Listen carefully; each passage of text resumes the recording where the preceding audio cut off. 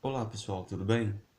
Eu gostaria de compartilhar com vocês uma reflexão da Palavra de Deus que se encontra em Salmo 1, no verso 1, no qual essa semana eu estava estudando com os jovens da igreja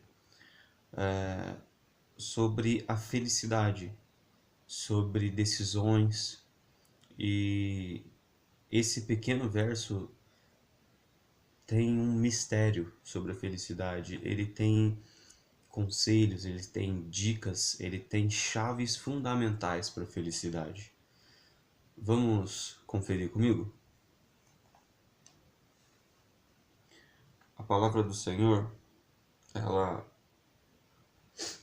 diz assim: Feliz é aquele que não segue o conselho dos perversos, não se detém no caminho dos pecadores, nem se junta à roda dos zombadores.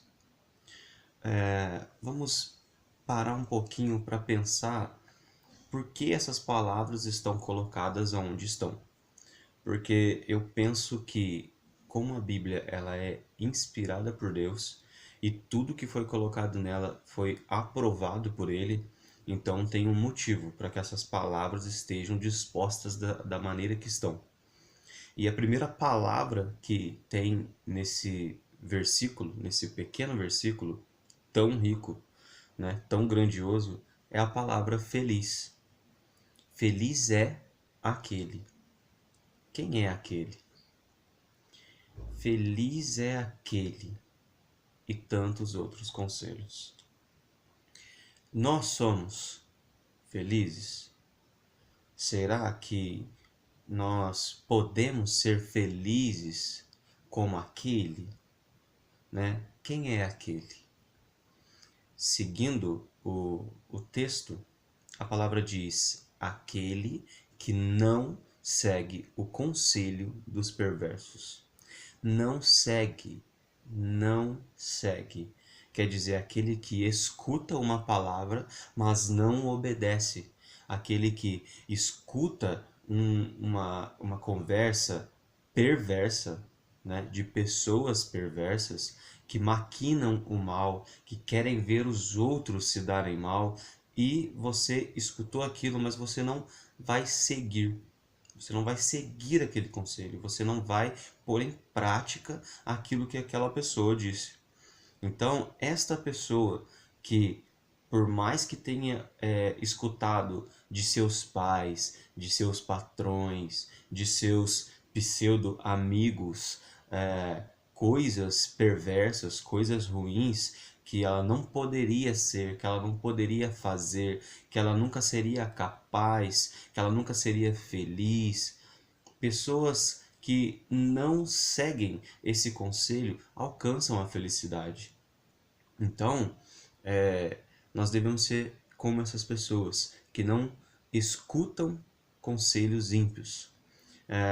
O resto do texto diz: não se detém no caminho dos pecadores, não se detém no caminho. Quer dizer, você não vai pelo mesmo caminho, porque já que um pouco atrás nós ouvimos que nós não devíamos seguir o conselho dos perversos, no segundo momento o texto diz que nós não devemos nos deter no caminho dos pecadores. Nós sabemos que os pecadores são aqueles que não só pensam como os perversos, mas aplicam de forma prática a perversidade. Então, nós não devemos ouvir, né?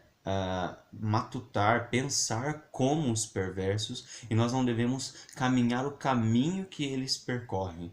E o terceiro e rico detalhe da felicidade é que nós não devemos nos juntar à roda dos zombadores. Quem são os zombadores? Os zombadores, ao meu ver, são todo aquele que pratica a imoralidade no sentido de desobedecer às ordenanças do Senhor, de desobedecer à palavra de Deus, a santa palavra de Deus, que foi preservada todos esses anos para que nós pudéssemos lê-la, aprender dela sobre o nosso Deus. E os zombadores, eles simplesmente descartam a possibilidade de um Deus, eles descartam as possibilidades das leis de Deus serem aplicadas na vida do ser humano, eles zombam de Deus e dos seus fiéis. Então nós não devemos nos ajuntar com eles.